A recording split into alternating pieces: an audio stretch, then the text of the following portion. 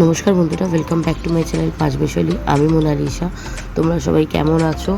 আমি আমার গলার ভয়েস দেখে বুঝতেই পারছো আমার শরীর ভালো নেই, কারণ আমরা মাঝে আমার এই অ্যানিভার্সারির গিফট আর কি ছিল দীঘার ট্রিপ। তো দীঘায় গিয়ে একটু আধটু বৃষ্টিতেই আমাদের গলার অবস্থা এরকম হয়ে গেছে। আমি, আমার মেয়ে, তোমাদের দাদা তিনজনই অসুস্থ। জ্বরটা ভগবানের দয়ায় কারোর আসেনি, কিন্তু খুবই শরীরটা খারাপ। আজ হচ্ছে 6 জুলাই, তোমরা দেখছো 29শে জুনের ভিডিও। দিনটা রীতিমতন খুব ব্যস্ত ছিলাম। মেয়েকে স্কুলে দিয়ে আসার পরে ঘরের পুজো টুজো সেরে নিয়েছিলাম, কারণ সেই দিনটা আমাদের কাছে খুবই ভালো একটা দিন। তো আমি সকালবেলা খুব তাড়াতাড়ি সব পুজো টুজো সেরে নিয়েছিলাম। আর এই যে প্ল্যানটা দীঘা যাওয়ার ছিল, এটা একদম আমার কাছে সারপ্রাইজ ছিল। হঠাৎই একদম প্ল্যান করা হয়েছিল।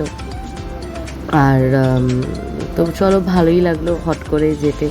আর এইটা হচ্ছে যে কেক কাটিংটা দেখতে পাবে, এইটা হচ্ছে 28 তারিখের 12টার পরে 29 তারিখ হয়ে গেছিলো এই দিনের কেকটা। তো এইটা একটা সবাই মিলে প্ল্যান করে এটা করা হয়েছিল, হঠাৎই। তো যাই হোক, তো দেখো এখানে হুড়মুড় করে একদম সবাই মিলে একদম রেডি হয়ে নিয়েছি একটা চট করে, চটজলদি তোমার দাদা যেরকম ছিল সব সেরকম করেই চলো একটা কেক কাটাই হয়েই যাক। তো বোন, আমার বৌদি, আমার মেয়ে সবাই খুব আনন্দ মজায় ছিলাম সেই দিনটাতে। আর পরের দিন কী করেছি না করেছি সবটাই তোমরা নেক্সট ব্লগে দেখতে পারবে। আর এটা খুব ছোট্ট একটা ব্লগ। আশা করছি তোমাদের সবার ভালো লাগবে। ভালো লাগলে লাইক কমেন্ট সাবস্ক্রাইব করে দিও। অবশ্যই পাশে থেকো, সাথে থেকো। আর কি বলবো, আর কিছু বলার নেই। বুঝতেই পারছো আমি আর কেন করছি, কারণ সত্যি এই সময়টা দেখে আমার খুব ভালো লাগছিলো। আর হঠাৎ যে একটা সারপ্রাইজ পেয়ে যাব দীঘা যাওয়ার, এটা আমি ভাবতেও পারিনি। আর দীঘার ব্লগ আসছে, খুব তাড়াতাড়ি আসছে। আমি যতটা পারবো তাড়াতাড়ি দেওয়ার চেষ্টা করব। অবশ্যই সাথে থেকো। আর চলো, আবার দেখা হবে নেক্সট ব্লগে। ভালো থেকো সবাই, টাটা বন্ধুরা। আর অবশ্যই চ্যানেলটাকে সাবস্ক্রাইব করে দিও, পাশে থেকো।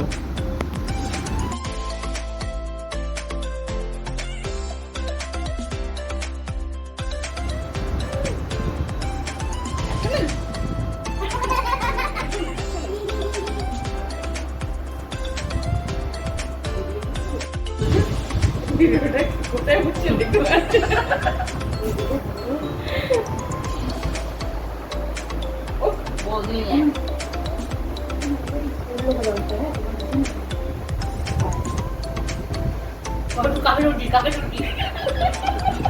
ওই জিনিসটা বললো কথাটা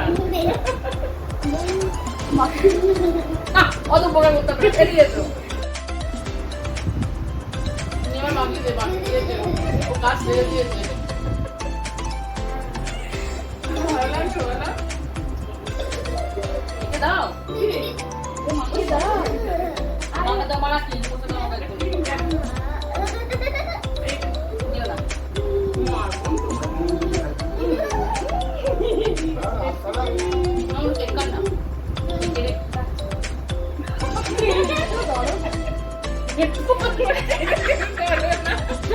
হচ্ছে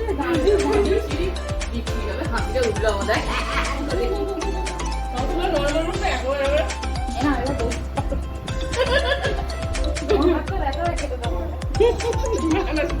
প্রকাশ করো না